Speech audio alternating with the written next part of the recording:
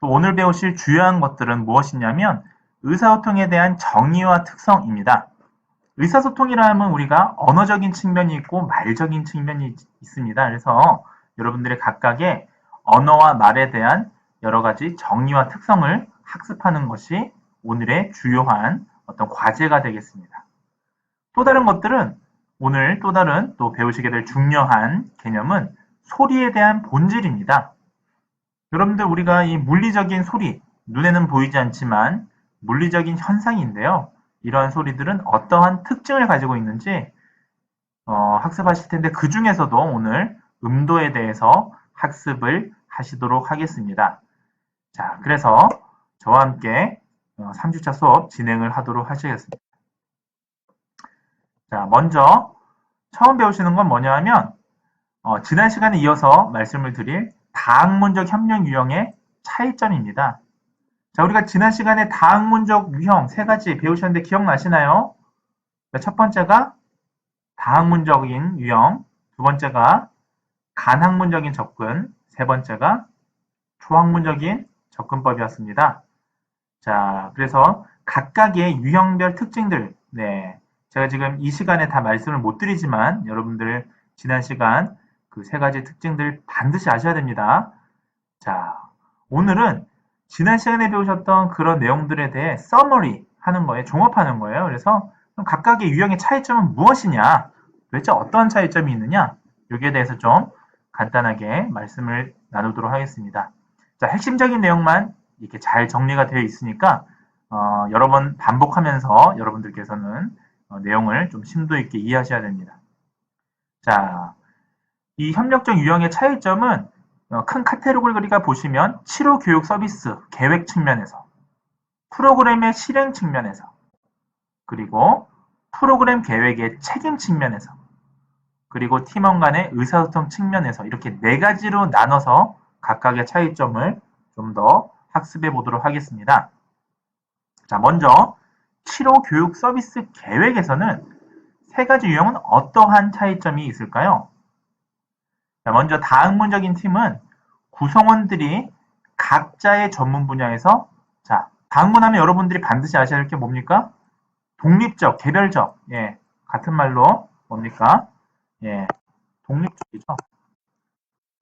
예, 개별적으로 치료 교육을 개발하더라 라는 게 다학문적 접근팀의 차이점입니다. 자, 반면에 간학문적 팀은 어떻습니까?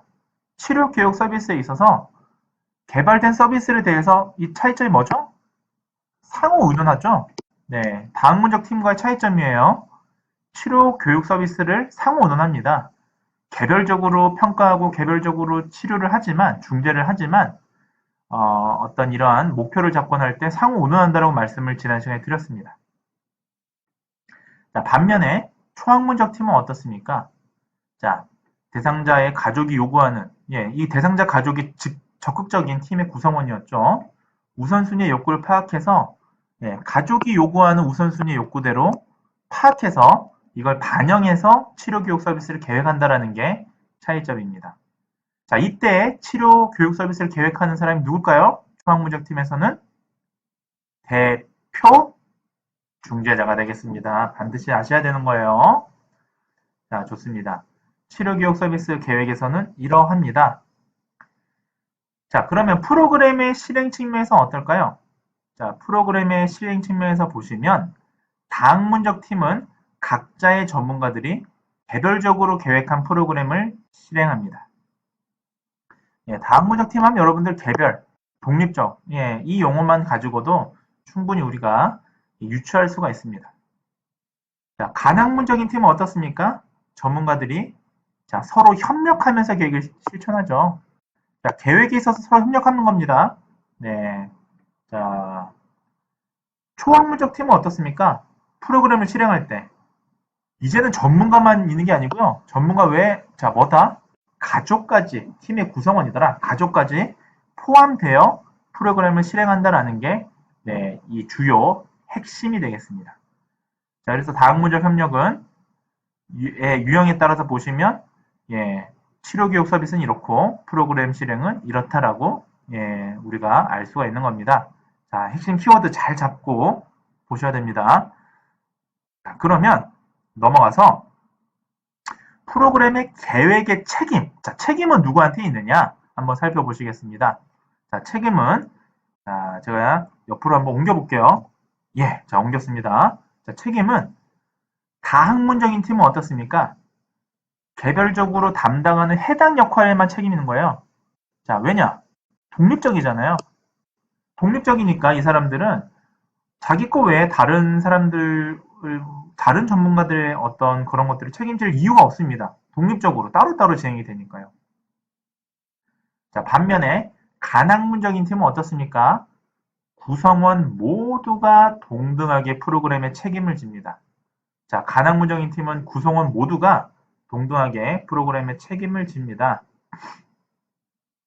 자, 그리고 네, 동등하게 프로그램에 책임을 집니다. 자, 초학문적인 팀은 어떻습니까? 예, 초학문적 팀의 가장 중요한 개념은 뭐였습니까? 네, 바로 주 서비스 제공자, 이른바 대표 중재자였죠. 제가 한번 써볼게요. 네, 대표 중재자. 이 개념이었죠. 그래서 대표 중재자인 팀장이 프로그램을 실행하고 네, 책임을 지게 돼 있습니다. 자, 따라서 이러한 것들이 네, 프로그램 계획에서의 책임이다. 네, 여러분은 반드시 알아두셔야 할 것 같습니다. 자, 그 다음에 팀원 간의 의사소통 측면을 살펴보실게요. 자, 다학문적인 팀의 의사소통은 비공식적이며 비정기적으로 이루어집니다. 네, 비공식적이며 비정기적. 그럴 수밖에 없죠. 네, 뭐 따로 뭐 모일 이유가 잘 없잖아요. 자, 간학문적인 팀은 어떻습니까? 의사소통이 조금 더 낫습니다. 자, 간학문적인 팀만 오면 정기적으로 팀 모임을 가지죠. 자, 그 다음에 초학문적 팀은 어떻습니까? 자, 아주 적극적이에요. 그래서 팀 구성원들 간에 정보나 지식, 기술들의 아주 지속적인 전이가 공유되어 있는 정기적인 팀 모임을 가집니다. 자, 정기적인 팀 모임인데 어떻습니까? 팀 구성원들 간의 정보, 지식, 기술의 전이가 공유되는. 이게 무슨 말이냐? 워크숍 같은 거예요. 예를 들면 언어치료사가 물리치료에 대한 어떤 지식도 공유할 수 있는 워크숍을 듣고요. 작업치료사에 대한 어떤 치료 평가에 대한 지식도 듣고 이렇게 서로 간의 지식도 공유하는 겁니다.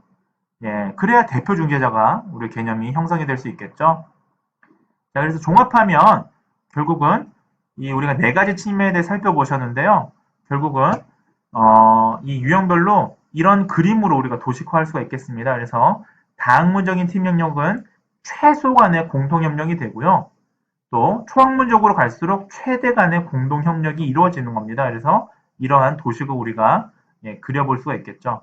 그래서 이상적으로는 우리가 초학문적인 팀 협력을 꾸려야 되는 게 이상적입니다만은 또 뭐 많은 기관에서 또 현실적으로 그렇게 되기 어려운 경우도 있습니다. 그러니까 여러분들이 앞으로 미래 세대에는 이러한 초학문적인 팀 협력을 꾸릴 가능성이 높습니다. 따라서 또 그런 전문가들을 요구하고 있습니다. 이 시대가. 그러니까 여러분들이 반드시 그런 아주 초학문적인 팀 협력에 어울리는 그러한 전문가가 되시기를 바라고요. 또 그러기 위해서는 이러한 내용들에 대해서 잘 학습하실 수 있기를 희망합니다. 자, 여기까지가 1장에 대한 내용이었습니다. 자, 그 다음에 초학문적 협력이 접근이 필요한 이유에 대해서 마지막으로 좀 정리를 하겠습니다. 자, 아동의 발달 과정에서 왜 필요하냐? 발달 과정에서 보면 인지, 언어, 신체가 어떻습니까? 상호 관련되죠. 여러분들. 자, 초학문적 접근이 필요한 이유가 아동이 발달, 인지 발달만 따로 하고 언어 발달 따로 하고 신체 발달 따로 합니까? 그렇지 않습니다. 우리가 아이가 자라나면서 신체가 커가면서 인지와 언어 이런 게 밀접하게 상호 관련돼서 발달하게 되죠. 그런데도 불구하고 우리가 어떻게 언어 따로 신체 따로 인지 따로 치료를 하고 따로 생각을 하겠습니까? 함께 발달하는 건데요. 그래서 우리가 다학문적, 특히 초학문적 접근이 필요한 겁니다. 두 번째 이유는요. 아동의 복합적인 요구를 충족하기 위해서 다방면에서의 포괄적인 접근이 필요하기 때문입니다. 자, 아이는 하나만 필요한 게 아니에요. 인지도 필요하고 언어도 필요하고 신체도 필요합니다.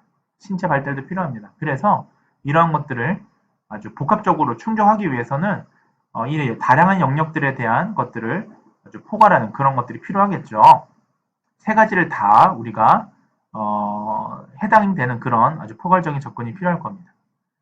자, 세 번째는 장애 유아의 요구와 관련된 교육, 건강, 가족 지원 등이 서로 다른 기관에서 담당하기 때문입니다. 자, 어떻습니까? 우리 아이들의 표현이 좀 그런데요. 우리 대상자들, 우리 언어치료 대상자들 보시면 언어치료 외에도 지금 뭐 교육이나 가족 지원에 대해서 복지관도 다니고 특수학교도 다니고 하지 않습니까? 근데 이게 서로 다른 기관에서 담당을 하고 있어요. 한 기관에서 하면 참 좋겠는데 사정상 그렇기 때문에 서로 다른 이 기관들에 대한 것들이 따로따로 놀 게 아니라 우리가 이런 유관 어떤 학문에 대한 지식을 이해해서 서로 이 관련된 이런 요구들을 우리가 충족시킬 수 있도록 노력을 해줘야 되는 거죠. 자, 이와 같은 세 가지 이유에서 초학문적 접근이 필요하다라고 이해하시면 되겠습니다. 자, 그러면 실제로 협력팀은 어떻게 구성이 되느냐, 또 그 역할은 무엇이냐, 간단히만 말씀을 좀 드리겠습니다.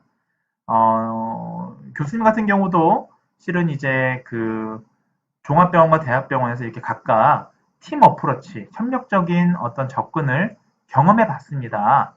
예, 저도 언어치료사, 언어재활사로서 이런 협력팀으로 활동을 했었는데요. 자, 보시면, 네, 예를 들면 학습자, 우리 언어장애 대상자들을 치료하는 팀이 병원에서 이렇게 구성이 돼요. 언어치료사, 물리치료사, 사회복지사, 뭐 심리 전문가 이런 분들이 팀이 되는 겁니다. 팀이 돼서 이 그 대상자의 언어치료 대상자의 어떤 부족한 부분, 필요한 부분들을 함께 고민하고 함께 계획하고 함께 중재하는 거죠. 치료하는 거죠. 학교에서는 또 어떻습니까? 일반 교사, 특수교사, 가족 구성원 이런 분들이 또 함께 모여서 우리 언어치료 대상자들을 즉 환우들을 도와주게 됩니다. 이런 핵심적 협력팀이 구성이 되고 그 외에도 이렇게 다양한 전문가들이 함께 고민하고 치료를 하게 된다. 이렇게 이해하시면 되겠습니다. 특히나 우리가 교육 현장에서는 어떻게 구성원들이 구성되고 책임과 역할이 무엇인지는 이 표를 좀 보시면 되겠습니다. 그래서 간단히만 좀 말씀을 드리면요. 교육행정관은 이런 통합교육을 수용하고 준비할 수 있도록 노력을 하고요. 그 다음에 여러 가지 이론적 배경을 이해를 해줘야 됩니다. 자, 그 다음 일반 교사는 어떻습니까? 장애 학생을 동등하게 대해주고요. 또 장애 학생을 위한 여러 가지 절차를 계획하고 적용하게 됩니다. 특수교사는 어떻습니까? 특수교사가 사실은 교육 현장에서 대표 중재자의 가능성이 제일 높죠. 초학문적인 모델에서는요. 자, 보시면 그래서 이런 교육과정을 수정하고 계획할 뿐만이 아니라 일반 학급 교사와 함께 일하면서 협력하고요. 또 장애 학생에 대한 1차적인 또 정보도 제공하게 됩니다. 자, 또 여러 프로그램들을 개발하고 실행하도록 지원하고 감독하게 됩니다. 자, 그리고 우리 치료사들, 뭐 물리치료사, 작업치료사, 우리 언어치료사들은 또 통합교육 현장에서 어떠한 역할을 하느냐? 장애 학생들이 학급 활동에 참여하도록 교구를 제공하기도 하고요. 뭐 치료 교구나 도구나 이런 것들을 만들기도 하고요. 또 계획된 학급 활동과 관련된 치료 활동을 제공하기도 하죠.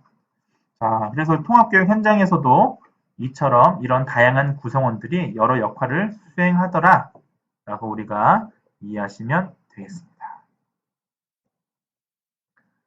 자, 그래서 앞에 핵심 내용들을 좀 살펴보시면 제가 이게 자꾸 여러 번 반복하는 게 이 협력적 유형이라는 게 좀 어려운 개념이고 또 아마 기존의 언어치료 전공 수업에서는 좀 다루지 않은 개념이기 때문이에요. 새로운 개념이죠. 그래서 계속 이제 말씀을 드리고 있는데 다학문적 협력 유형은 치료교육, 프로그램 실행, 그리고 프로그램 계획, 팀원 간의 의사소통에 따라서 서로 다른 차이를 가지고 있다.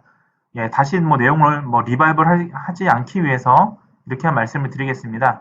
그래서 다학문적 팀 협력으로 갈수록 최소한 공동 협력이고요. 초학문적 협력은 최대한 공동 협력이다. 자, 이런 것들 예, 오늘 우리가 배우셨던 1장에서의 중요한 내용이 되겠습니다. 자, 예. 자, 그 다음에 자, 이제 본격적으로 2장에 대한 의사소통의 생애에 걸친 어떤 발달적인 측면을 한번 보시겠습니다. 자, 여기서부터 이제 새로운 장이 되겠는데요. 자, 여러분들, 언어치료사가 왜 아동의 생애 전반에 대한 어떤 발달 과정에 대해서 알아야 될까요? 우리는 아동학과도 아니고 아동 전문가라기보다 우리 치료사잖아요. 교육자는 아닌데 비단 당연합니다. 왜냐하면 자, 의사소통 장애를 상담하기 위해서는 정상 의사소통의 기본적 측면에 대한 이해가 필요하기 때문입니다. 여러분들 언어 장애를 치료하는 언어 치료사다라고 한다면 어떤 사람들이에요? 결국은 언어 장애라는 게 어떤 겁니까? 예, 정상 의사소통에서 벗어난 걸 우리가 언어 장애가 있다고 얘기를 하잖아요. 그래서 정상 의사소통에 벗어나는 걸 어떻게 알 수 있느냐? 결국 정상 의사소통의 기본적 측면을 이해해야 알 수 있는 겁니다. 자, 그리고 상담에서는 이러한 것들에 대한 지식을 정확하게 알고 있어야 도움을 줄 수가 있는 거죠. 부모 상담이나 부모님들 상담이나 전문가들 상담, 대상자들에게 직접적인 정보를 제공할 때에는 정확한 정보를 알고 있어야 됩니다. 이 수업의 핵심이 그러한 게 초점이 맞춰져 있죠. 자, 의사소통 능력은 발달적인 기술입니다. 여러분들, 의사소통 능력은 계속 발달하는 그런 상황이에요. 그래서 발달 단계에 따라서 적합한 다양한 수준의 의사소통이 등장합니다. 여러분들이 이 수업을 듣고 있는 이 언어치료학과 분들이 다른 수업 이미 개론 수업이나 이런 걸 들어서 잘 알고 있다시피 우리가 언어 장애가 있다. 만약에 한 1.6세쯤 된 아이에게 1세 6개월쯤 된 아이가 언어 장애가 있다. 어떻게 판단하십니까? 예, 12개월에 첫낱말이 등장하느냐? 1세 6개월쯤에 50개 정도의 단어를 알고 있느냐? 이걸로 우리가 언어가 늦다, 빠르다, 뭐 문제가 있다를 평가하잖아요. 이처럼 발달 단계가 있는 거예요. 거기에 적합한 의사소통 수준이 있는 겁니다. 이 레퍼런스, 이 기준에 따라서 우리가 평가를 하는 거죠. 그렇지 않고 만약에 너무 과한 기대를 한다면 아이 수준은 이 정도인데 발달 단계는 이 정도인데 만약에 부모님이 잘 모르시고 우리 아이가 1.6 1세 6개월밖에 안 1세 6개월인데 우리 아이가 복문을 산출하지 못해요. 이야기를 꾸며내지 못해요. 라고 얘기한다면 이건 너무 과한 기대가 되겠습니다. 이러한 기대를 갖고 있는 부모님들은 아동들은 어떻습니까? 좌절을 경험하게 되겠죠. 부모님이 너무 높은 기대를 가지고 있으니까요. 네. 자, 반대로 너무 낮은 기대. 이런 부모님들도 많으세요. 너무 낮은 기대. 예를 들면 이렇게 생각하십니다. 아이들이야 뭐 처음부터 말이 트나요. 뭐 이렇게 잘하다 보면 말이 트겠죠. 라고 이렇게 얘기하시는 분들 많습니다. 그래서 2세, 3세가 되는데도 첫낱말을 산출 못했는데 언젠간 첫낱말 산출하겠지요. 라고 얘기를 하시는 분들이 있다는 거예요. 이렇게 너무 기대가 낮으면, 기대 수준이 낮으면 어떻습니까? 의사소통 장애 초기 징후를 발견하지 못합니다. 뭔가 말이 느리다라는 건 향후 의사소통의 문제를 초래할 가능성이 높다라는 건데 이러한 초기 징후를 발견하지 못한다라는 거예요. 따라서 어떻습니까? 발달 단계에 적합한 우리 의사소통 수준을 알아야 된다는 거예요. 그래야 적합한 상담이 이루어지고 정확한 내용을 전달할 수 있습니다. 따라서 언어치료사는 뭡니까? 다양한 수준의 의사소통 기술을 잘 알고 있어야 됩니다. 따라서 우리가 상담의 초점이라는 게 어떤 식의 상담이 중요한 게 아니라 how가 아니라 what, 무엇을 해줘야 되느냐, 어떻게 이런 문제들이 초래되느냐에 대한 것들에 대한 어떤 지식을 알아야 된다는 거죠. 그게 선행되어야 하는 겁니다. 자, 좋습니다. 의사소통이란 무엇일까요? 여러분들. 의사소통이란 생각이나 느낌의 교환을 의미합니다. 사실 우리가 의사소통이라고만 하면 상당히 광범위한 용어입니다. 자, 의사소통에는 말이나 언어도 들어가지만 실제로는 다양한 수단이 들어가죠. 예컨대 제스처, 몸짓 어떻습니까? 몸짓도 하나의 의사소통이죠. 자, 결국 의사소통이라 하면 생각이나 느낌의 교환입니다. 하지만 우리는 의사소통 장애를 상담하는 데 있어서 단순히 생각이나 교환에 문제가 있습니다라고만 얘기하지 않습니다. 구체적으로 살펴보자면 언어 문제가 있고 말 문제가 있죠. 자, 따라서 하나씩 살펴보도록 하겠습니다. 먼저 언어 문제를 살펴보겠습니다. 자, 언어람은 블룸이라고 하는 유명한 학자가 이렇게 얘기를 했습니다. 의사소통을 위해서 관습적이고 임의적인 신호체계를 통해 생각을 나타내는 부호이다. 네, 이렇게 말씀을 했죠. 이렇게 대가들은, 이 블룸은 대가신데요. 이런 대가들은 왜 이렇게 어려운 말을 쓰는지 잘 모르겠습니다. 네, 이 대가분들이 좀 어려운 말씀을 많이 써요. 자, 쉽게 한번 풀어보죠. 자, 여러분들 앞으로 언어 치료에서 관습적이라는 용어가 쓰이면 관습적은 여러분들 다른 말로 체계적이다 또는 문법이 있다라고 이해하시면 돼요. 자, 그래서 의사소통은 체계적이고 문법이 있고 임의적이다. 임의적이라는 뜻은 다른 말로 임의적, 스스로 의미를 가진다라는 거죠. 자, 그래서 블룸이 얘기하고 싶은 건 이거예요. 언어라는 게 하나의 부호다. 상징 체계다. 부호인데 그림하고 다른 건 그냥 막 이렇게 갈겨 쓰는 낙서랑은 다른 건 뭐가 틀리냐? 뭐가 다르냐? 바로 언어는 문법이라는 게 있고 스스로 의미도 가지더라. 그게 언어다. 네, 이렇게 얘기를 하는 거예요. 자, 이러한 언어. 자, 우리가 언어의 정의를 살펴보셨는데요. 이러한 언어 두 가지 조건이 있습니다. 자, 우리가 언어를 이용해서 의사소통을 하려면 두 가지 조건이 있어야겠죠. 하나는 바로 환자의 의사소통하려는 생각이 있어야 돼요. 먼저 생각이 있어야 됩니다. 자, 내가 이런 말을 해야겠다. 머릿속에 떠올려야겠죠. 네, 단어들을 떠올립니다. 자, 이때 만약에 잘 떠올리지 못한다면 뇌의 어떤 언어 표현을 표현 언어를 떠올리는 부분에 문제가 있는 거죠. 예컨대 브로카시라증 환자 이런 분들은 이 단어 떠올리기가 참 어렵죠. 자, 그 다음에 언어를 이용해서 의사소통을 하려면 두 번째는 생각을 표현하는 데 사용되는 상징 체계, 이른바 언어에 익숙해야 됩니다. 생각만 해서는 안 되죠. 우리가 한국어를 사용하는 화자들은 한국어를 이용해서 의사소통하려면 한국어 문법에 대해서 익숙해야 되겠죠. 반대로 영어를 사용해서 익숙하게 하려면 영어에 대해서 익숙해야 됩니다. 자, 따라서 이런 두 가지 조건이 필요하다라는 거 알아두시면 되고요. 자, 언어의 구성 요소는 두 가지가 있죠. 여러분들이 잘 아시는 표현 언어와 수용 언어 두 가지로 나눌 수 있습니다. 자, 표현 언어는 어떻습니까? 네, 우리가 쓰기도 있고요. 네, 그 다음에 또 말하기 이런 것들이 표현 언어입니다. 실제로 표현할 수 있는 것들. 수용 언어는 이해하거나 읽거나 하는 그런 부분들이 되겠습니다. 자, 언어라 하면 이런 것들이다. 이미 여러분들 다른 수업 때 이미 좀 들으셔서 잘 아시는 내용들이 많을 것 같습니다.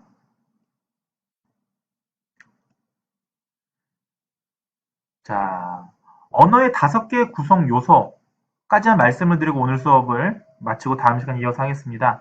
자, 언어에는 5가지 하위 구성 요소가 있습니다. 간단히만 나누자면 의미론, 구문론, 의문론, 형태론, 화형론이 있죠. 이 5개의 하위 구성 요소 무엇인지는 여러분들이 잘 아셔야 될 것 같습니다.